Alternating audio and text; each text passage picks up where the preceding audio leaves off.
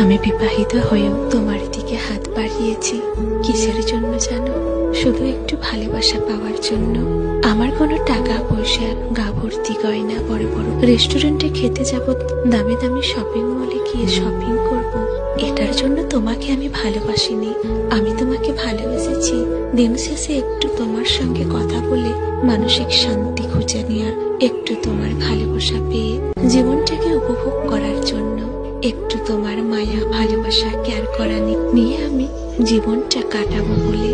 বিশ্বাস করো, সংসার জীবনে যদি আমার সুখ থাকতো তবে কখনোই তোমার দিকে হাত বাড়াতাম না।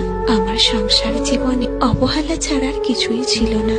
স্বামীর ভালোবাসা কাকে বলে আমি জানি না। বিশ্বাস করো, আমি স্বামীর ভালোবাসা ফেলে তোমার দিকে হাত বাড়াইনি। আমি হয়তো তোমাকে অসম্ভব ভালোবাসি, তোমার হয়তো মায়াই পড়ে গেছে, হয়তো তুমি ভাবতে পারো